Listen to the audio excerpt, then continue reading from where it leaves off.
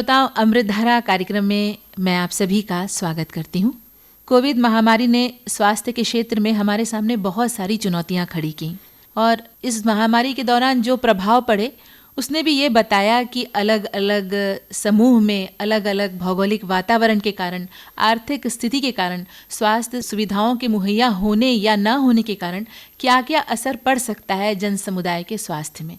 और इस बार जो विश्व स्वास्थ्य संगठन है उसने विश्व स्वास्थ्य दिवस, जिसे हम 7 अप्रैल को मनाते हैं, उसके लिए जो थीम दी है वो है फेयरर एंड हेल्दियर वर्ल्ड, यानी एक ऐसी दुनिया की कल्पना हम कर सकते हैं जहां सभी के लिए समान रूप से स्वास्थ्य सुविधाएं मुहैया हों और एक अच्छी ज़िंदगी जीने के लिए हम प्रेरित हों। इन्हीं सब बातों पर चर्चा करने के लिए आज हमारे बीच हैं इस अंचल के जाने माने उदर रोग विशेषज्ञ डॉक्टर देवेंद्र सिंह। मैं कार्यक्रम में आपका स्वागत करती हूँ। जी धन्यवाद।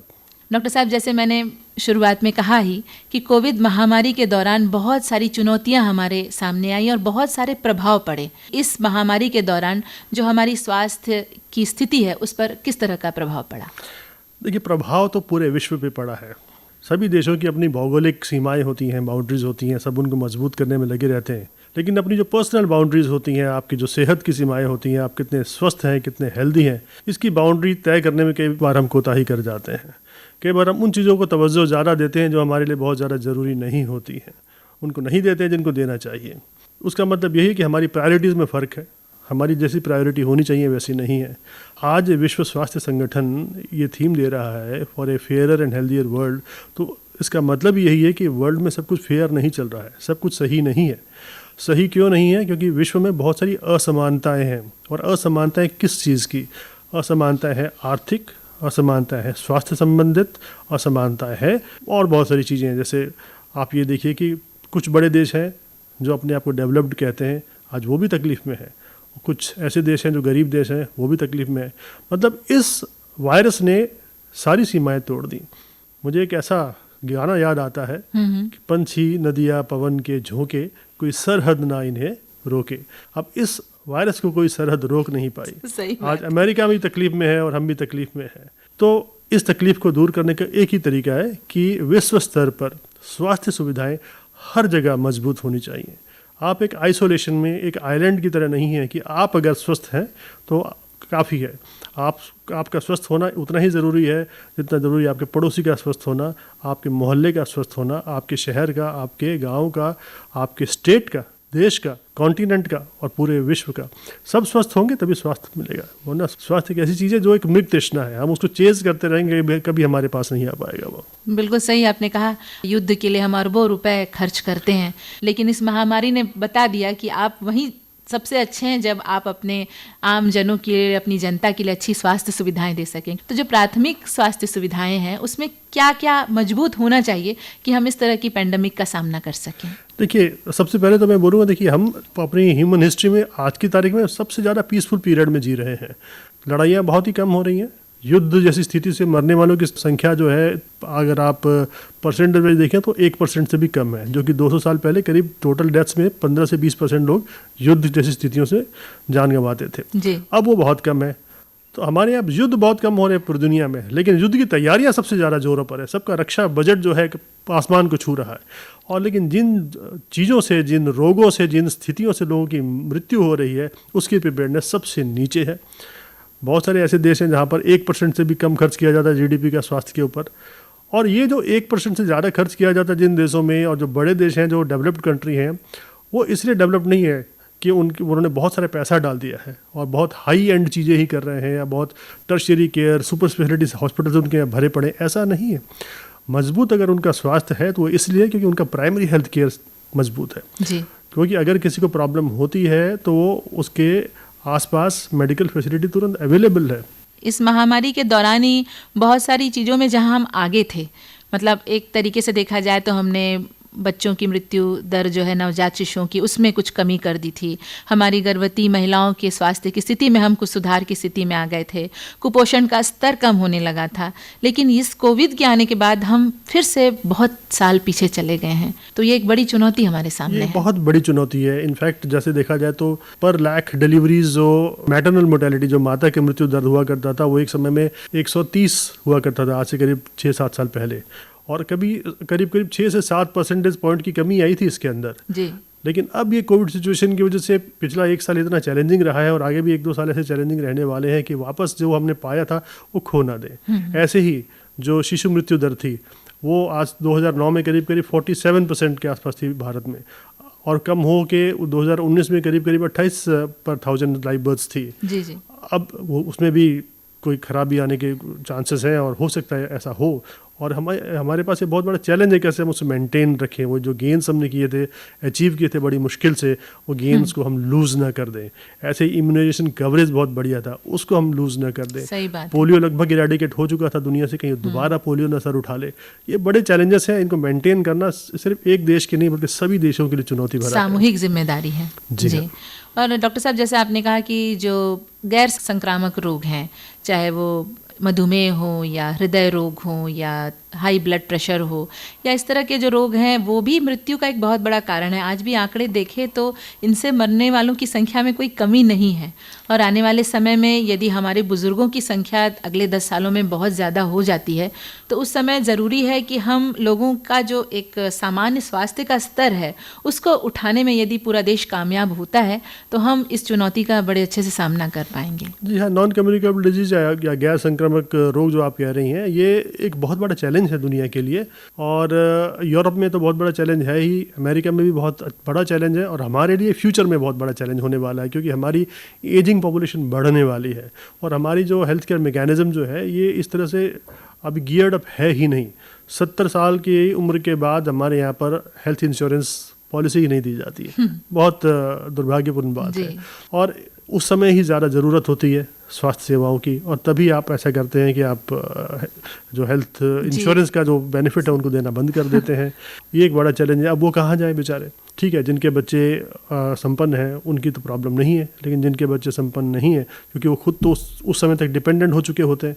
अब एक ऐसा बहुत बड़ा पॉपुलेशन हमारे यहाँ खड़ा होने वाला है जो कि हेल्थ केयर फैसिलिटी को अवेल तो करना चाहेगा लेकिन चूंकि वो ना तो कवर्ड है इंश्योरेंस की तरफ से और हमारी स्वास्थ्य सुविधाओं की जो स्थिति है वो इतनी ख़राब होने की वजह से उनके जो इश्यूज़ होंगे वो बहुत कठिन होंगे और उनका जो शारीरिक स्वास्थ्य के साथ साथ मुझे लगता है मानसिक स्वास्थ्य भी एक बहुत बड़ा चैलेंज होने वाला है क्योंकि हो सकता है बहुत बड़ा सेगमेंट जो कि आर्थिक रूप से कमज़ोर है वो शायद उनको फिर बर्डन समझने लगे, बुजुर्गों को बर्डन समझने लगे क्योंकि उनको देखभाल नहीं कर पाएंगे क्योंकि उनकी आर्थिक स्थिति अलाउ नहीं करेगी। तो एक बहुत बड़ा कारण होने वाला है। कुल मिलाकर एक बड़ी चुनौती है हमारे सामने कि हम आने वाले समय में हमारी जनसंख्या में जिसमें बुजुर्गों की संख्या ज़्यादा होने वाली है उनके देखभाल की सही व्यवस्था कर सकें, सामूहिक रूप से स्वास्थ्य की एक प्रबंधन कर सकें उनके लिए।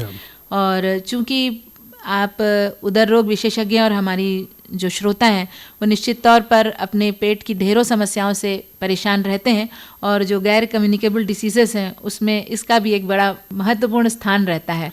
पेट से जुड़ी जो समस्याएं हैं वो तो अलग अलग लें तो एक पूरा कार्यक्रम ही कम पड़ता है, लेकिन मैं सामान्य रूप से चाहूँगी कि किस तरह से हम अपने सामान्य स्वास्थ्य की देखभाल करें जिससे कि हमारे पेट का स्वास्थ्य अच्छा रहे और हम हेल्दी रह सकें। देखिए, इसका सबसे बड़ा अगर मैं कहूँ वो कुछ शब्दों में कहूँ तो हेल्दी लाइफस्टाइल से ज़्यादातर जो पेट के रोग होते हैं वो ठीक रहते हैं। और इसके 2 पहलू हैं, एक पहलू तो कोविड के साथ है और एक उससे अलहदा है। कोविड के साथ तो ये पहलू है कि बहुत सारे लोगों ने कोविड से बचाव के लिए बहुत सारा काढ़ा पीना शुरू कर दिया, कई सारी ऐसी दवाएं लेनी शुरू कर दी, जड़ी बूटियाँ लेनी शुरू कर दी, इस भ्रम में कि शायद हम लेंगे तो हमें कोविड नहीं होगा। कोविड तो हुआ नहीं हुआ ये अलग बात है, लेकिन उससे संबंधित बहुत सारी समस्याएं हुई।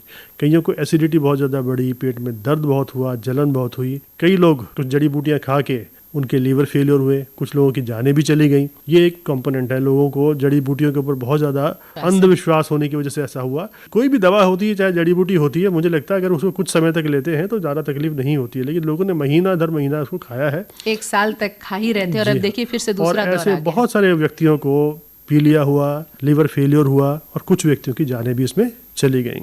इसके अलावा कोविड के दौरान भी लीवर में संक्रमण होता है, लीवर की एंजाइम्स बढ़ जाती हैं, हेपेटाइटिस होता है। वो एक बहुत बड़ा लिमिटिंग फैक्टर है ट्रीटमेंट में भी, क्योंकि जब वो हो जाता है तो बहुत सारी कोविड की दवाएं हम दे नहीं पाते।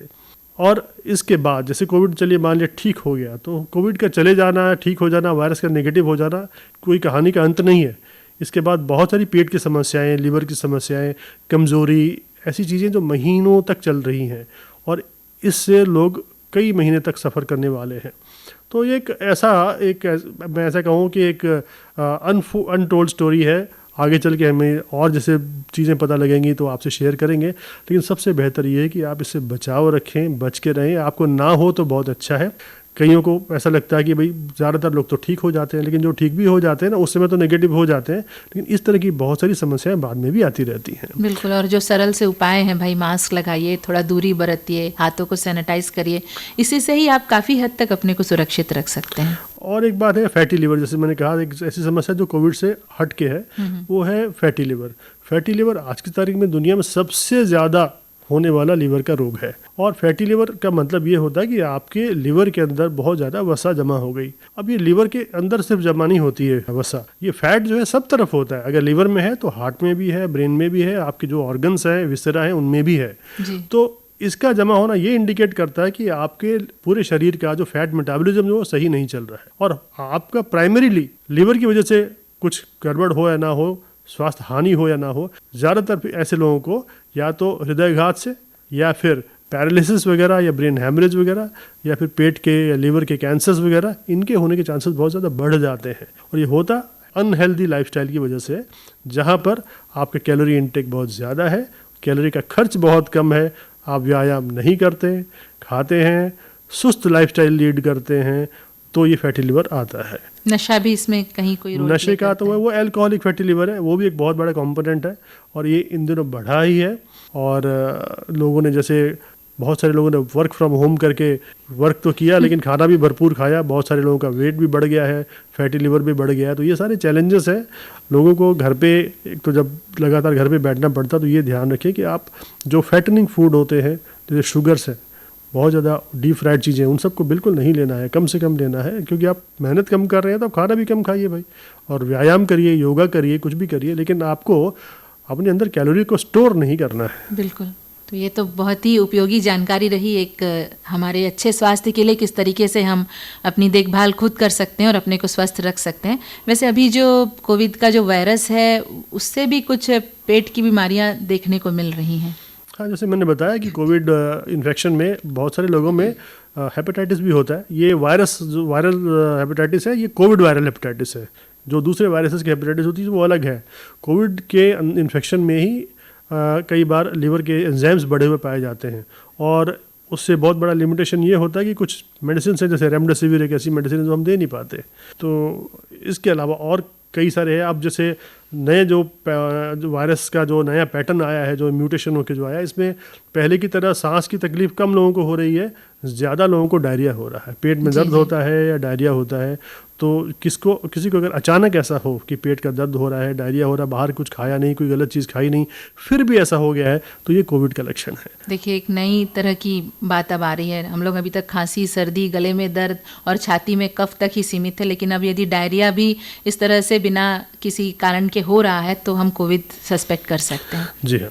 तो ये सारी बातें हैं, और बहुत सारी बातें इससे जुड़ी और भी हैं जो हमारे स्वास्थ्य सुविधाओं के लिए और उनके हम तक पहुंचने पर निर्भर करती हैं।